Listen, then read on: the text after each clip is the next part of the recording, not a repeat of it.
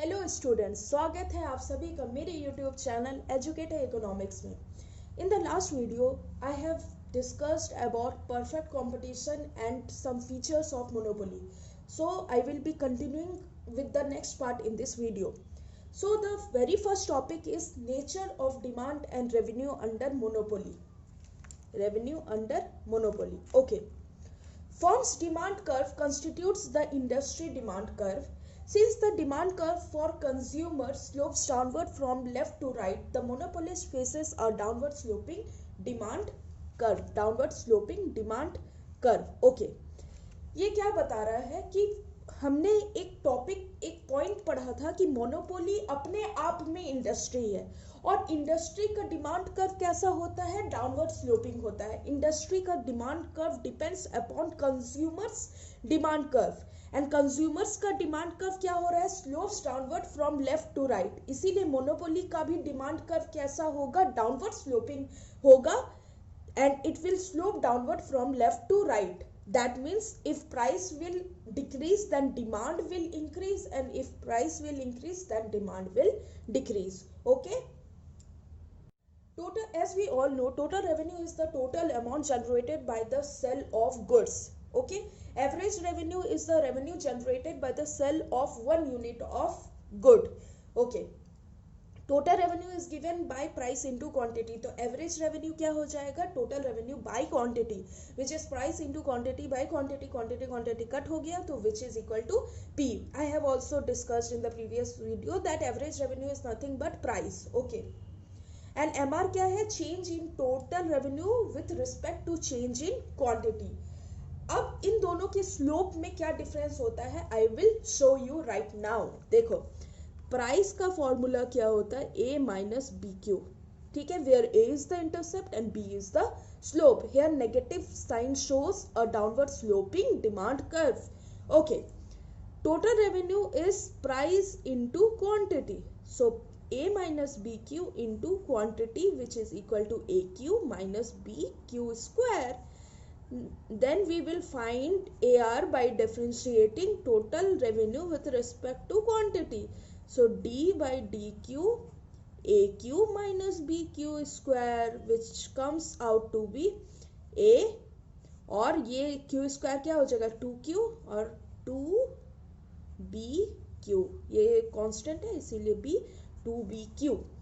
So here we can see that AR का slope क्या है माइनस बी और MR का स्लोप क्या है minus 2b, which means that slope of MR is double to that of slope of AR.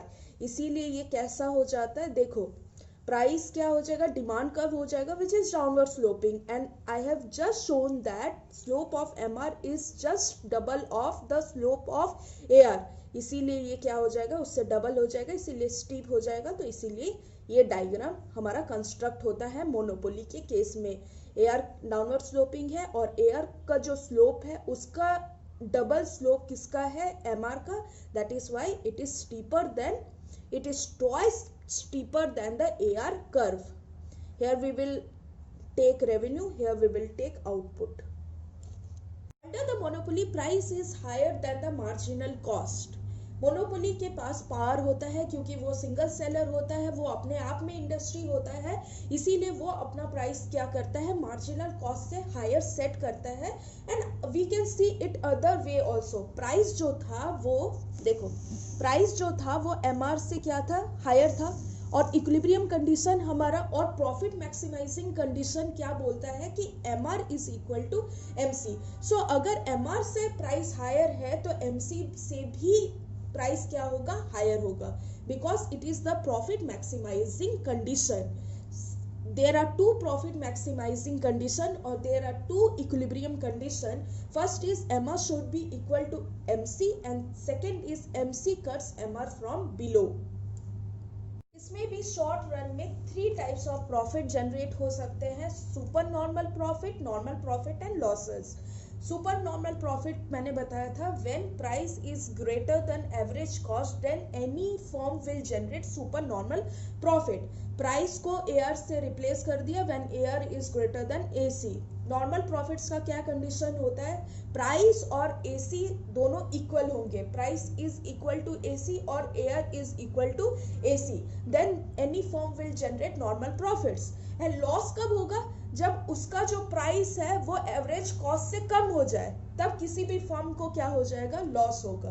When price is smaller than AC और AR is smaller than AC.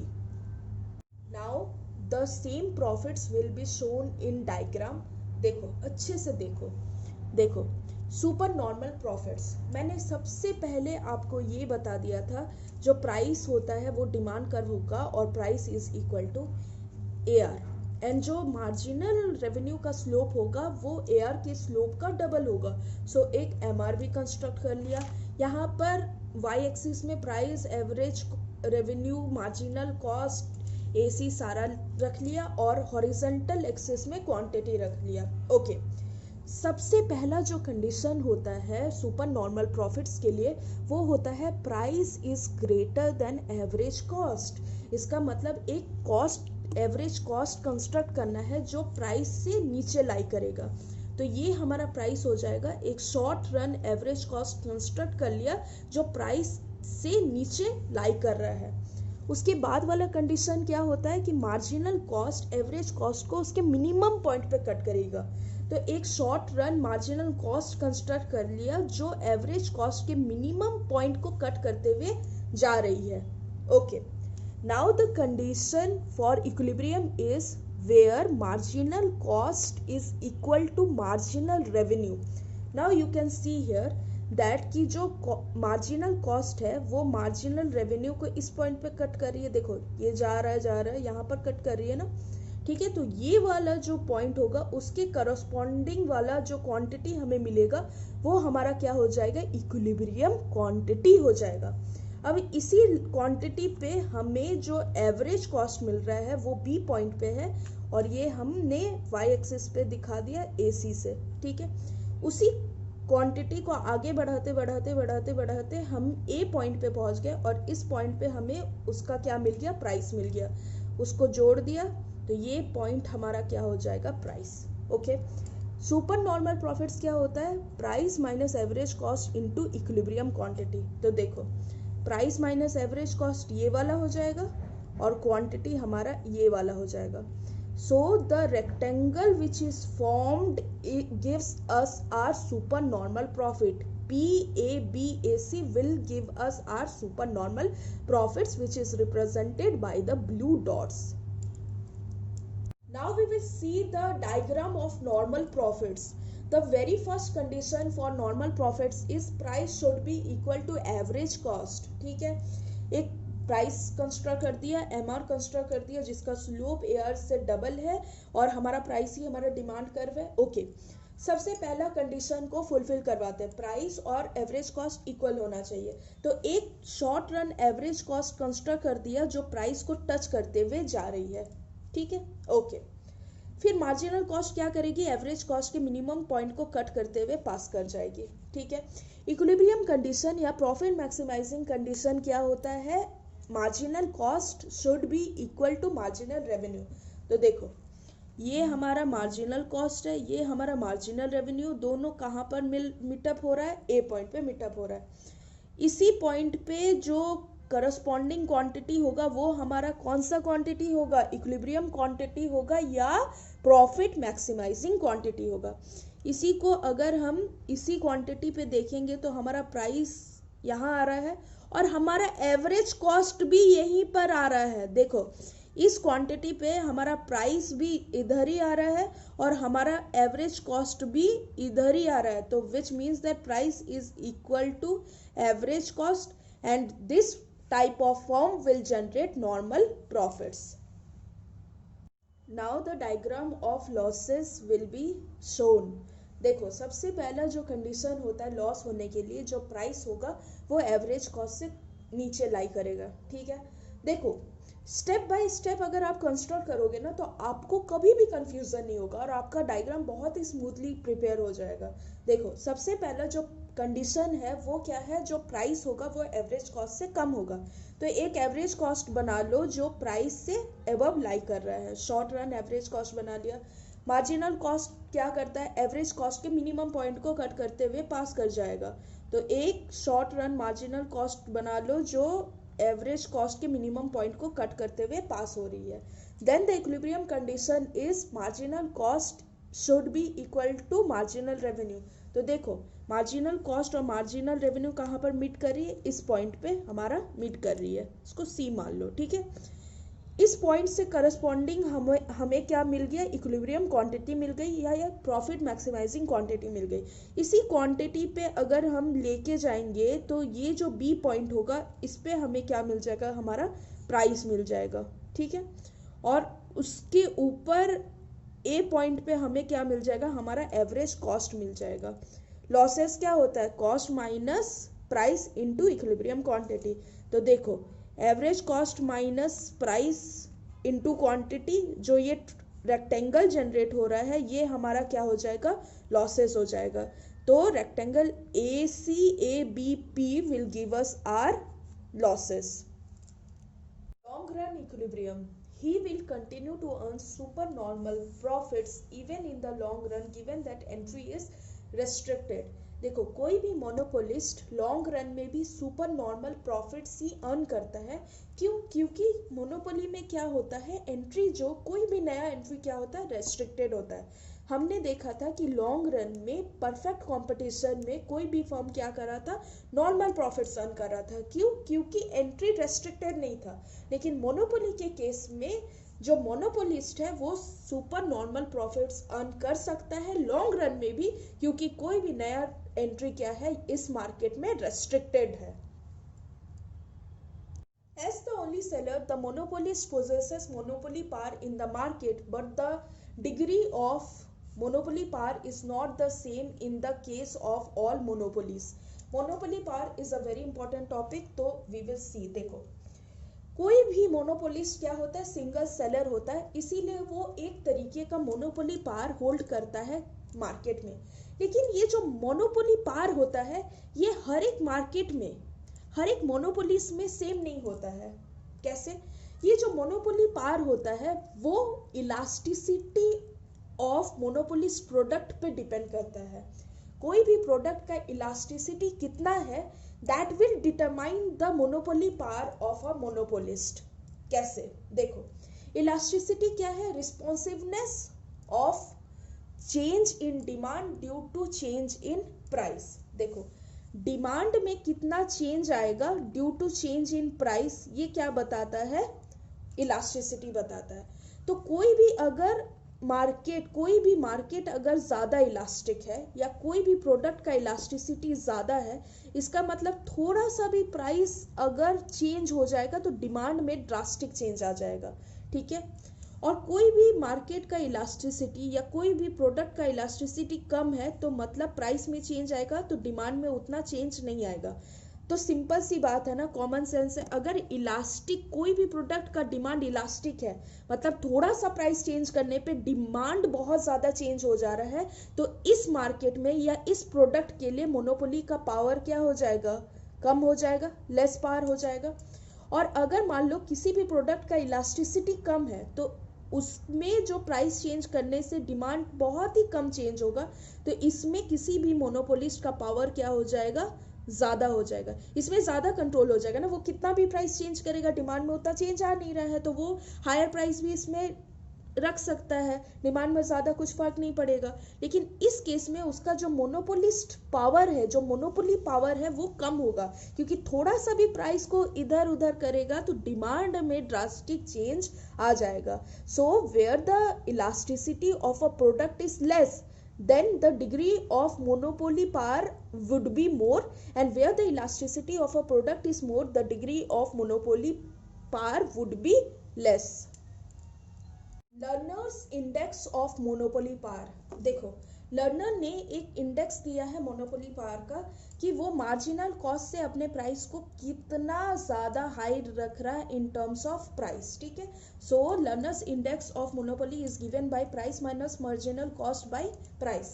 Eight equilibrium marginal cost और marginal revenue क्या होता है, बराबर होता है। So marginal cost को marginal revenue से रिप्लेस कर दिया, so P minus M R by P. अब एक रिलेशनशिप होता है, जो MR होता है वो होता है P under bracket 1 minus 1 by elasticity. अब MR की जगह में ये फॉर्मूला पुटअप कर दो, तो P माइनस MR की जगह में P under bracket 1 minus 1 by E by P, ठीक है, इक्वल टू P अंडर, इसको P को कॉमन ले लो, फिर अंडर ब्रैकेट 1 माइनस 1 और minus minus plus 1 by E by P, 1 1 cut गया, P कट गया, तो क्या आ गया 1 बाई E। तो इसका मतलब क्या हो जाएगा, जो मोनोपोली पावर है वो क्या हो जाएगा 1 बाई ई हो जाएगा, which means that monopoly, degree of monopoly power is inversely related to elasticity. Now the next topic is price discrimination and the concept is given by Professor Pigu।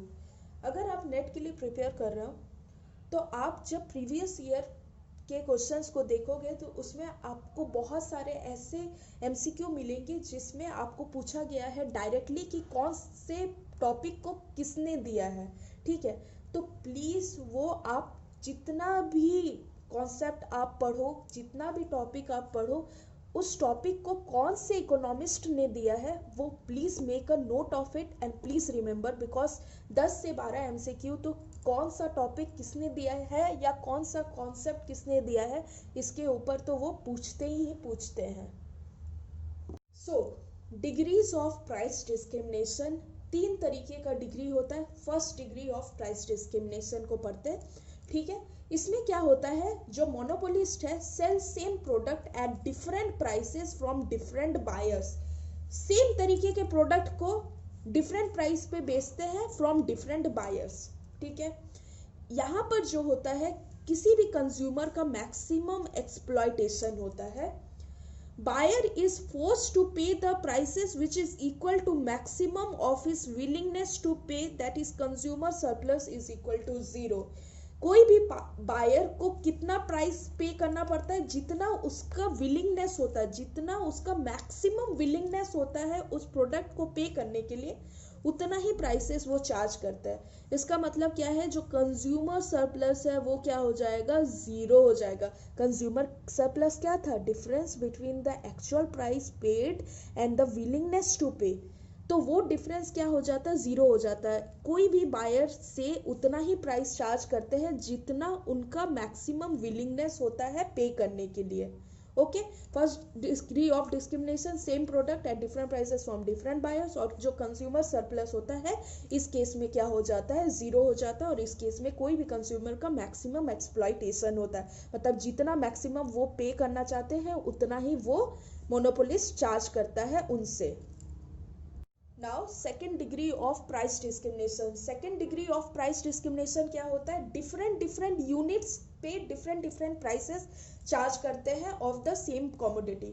Monopolist charges different prices for different units of the same commodity, same commodity पे different units पे different prices charge करने को क्या बोलेंगे, second degree of price discrimination, ठीक है। Example मान लो electrical board, जो इनिशियल यूनिट्स होता है कंजम्पशन का, उसका रेट क्या होता है, लोअर होता है, और जो further consumption, higher units of consumption अगर बढ़ा देंगे तो उसका रेट क्या हो जाएगा, हायर हो जाएगा। देखो सेम यूनिट के लिए, सेम कमोडिटी के लिए, इलेक्ट्रिकल बोर्ड सेम कमोडिटी है, लेकिन डिफरेंट यूनिट पे अगर डिफरेंट तरीके से चार्ज किया जा रहा है तो वो क्या हो जाएगा, second degree of price discrimination हो जाएगा। मान लो 1 से 20 यूनिट्स अगर कंज्यूम हो रहा है तो 3 रुपीज पर यूनिट चार्ज करेंगे, और 21 से 100 तक 5 रुपया पर यूनिट चार्ज कर रहे हैं, ठीक है। सेम कमोडिटी पे अगर डिफरेंट यूनिट्स पे डिफरेंट प्राइसेस चार्ज हो रहे हैं तो that type of price discrimination is termed as second degree of price discrimination. Some consumer surplus left with the buyer, इसमें कुछ कंज्यूमर सरप्लस बायर को मिल जाता है, okay. Third degree of price discrimination, when monopolies sell same product in different market or sub market at different prices। जब कोई भी monopolist same product को डिफरेंट सब मार्केट या मार्केट में डिफरेंट प्राइसेस में सेल करता है तो उस तरीके के प्राइस डिस्क्रिमिनेशन को हम क्या बोलेंगे, third degree of price discrimination, ठीक है। देखो, monopolies charge higher prices in domestic market where demand is less elastic। and charge lower price in foreign market when demand is more elastic. मैंने अभी monopoly power के बारे में बताया था कि इलास्टिसिटी से क्या होता है, इन्वर्सली रिलेटेड होता है। तो सिंपल सी बात है, डोमेस्टिक मार्केट में जो इलास्टिसिटी होता है वो कम होता है as compare to foreign market. तो जहाँ पर इलास्टिसिटी कम है वहाँ पर प्राइस पे कंट्रोल क्या हो जाएगा, ज़्यादा होगा। इसीलिए मोनोपोली क्या करता है, मोनोपोलिस्ट क्या करता है, डोमेस्टिक मार्केट में प्राइसेस क्या करता है, हायर चार्ज करता है। और वैसे ही फॉरेन मार्केट में क्या हो जाएगा, इलास्टिसिटी बहुत ज़्यादा हो जाएगा। यहाँ पर सब्सटीट्यूट्स मिल जाता है, अवेलेबल होते हैं, बहुत सारे सब्सटीट्यूट्स अवेलेबल होते हैं, इसीलिए इलास्टिसिटी क्या होता है, हायर होता है। इसीलिए फॉरेन मार्केट में किसी भी मोनोपोलिस्ट के पास प्राइस पे उतना ज़्यादा कंट्रोल नहीं होता है, इसीलिए उसको, किसी भी मोनोपोलिस्ट को फॉरेन मार्केट में लोअर प्राइस चार्ज करना पड़ता है और किसी भी मोनोपोलिस्ट को डोमेस्टिक मार्केट में हायर प्राइसेस चार्ज करना पड़ता है। Some key points which is very important in terms of examination of your examination. देखो, क्रॉस इलास्टिसिटी मोनोपोली में क्या होता है, बहुत कम होता है। इकोनॉमिक्स ऑफ स्केल को नेचुरल मोनोपोली भी कहते हैं। Monopolist can either set price और आउटपुट, प्राइस और आउटपुट में से कोई एक को ही मोनोपोलिस्ट सेट कर सकता है। Monopolist fix the equilibrium where his elasticity of AR is less than unity. Monopoly कब इक्विलिब्रियम कहाँ पर सेट होता है, जहाँ पर एवरेज रेवेन्यू का इलास्टिसिटी लेस देन 1 होता है। Lerner's index of monopoly power lies between 0 to 1। Lerner's index of monopoly किसके बीच में लाई करता है, 0 और 1 के बीच में लाई करता है। मिसेस जॉन रॉबिन्सन ने क्या दिया था, tax and subsidy method to eliminate monopoly profits को एलिमिनेट करने के लिए टैक्स एंड सब्सिडी मेथड दिया गया था, किससे, मिसेस जॉन रॉबिन्सन के द्वारा दिया गया था। ठीक है। X efficiency theory related with imperfect competition किसने दिया था, एच लिबेनस्टेन ने दिया था। Okay. In long run super normal profit होता है, क्यों, due to blocked entry. Price discrimination का मतलब होता है आउटपुट में कोई भी चेंज नहीं, सिर्फ प्राइस में चेंज आता है। और second degree of price discrimination को नॉन लीनियर प्राइसिंग भी कहते हैं। So with this I have completed the topic of monopoly and perfect competition. So if you like my video then please do press the like button और मेरे channel को subscribe कर देना, bell icon को भी दबा देना और अपने फ्रेंड्स से जितना हो सके शेयर कर दो, बिकॉज आप लोग अगर मोटिवेट करोगे तो मैं और भी ज़्यादा मेहनत करूँगी और मैं और भी ज़्यादा वीडियोस पोस्ट करूँगी। So please do subscribe my channel. Thank you, take care.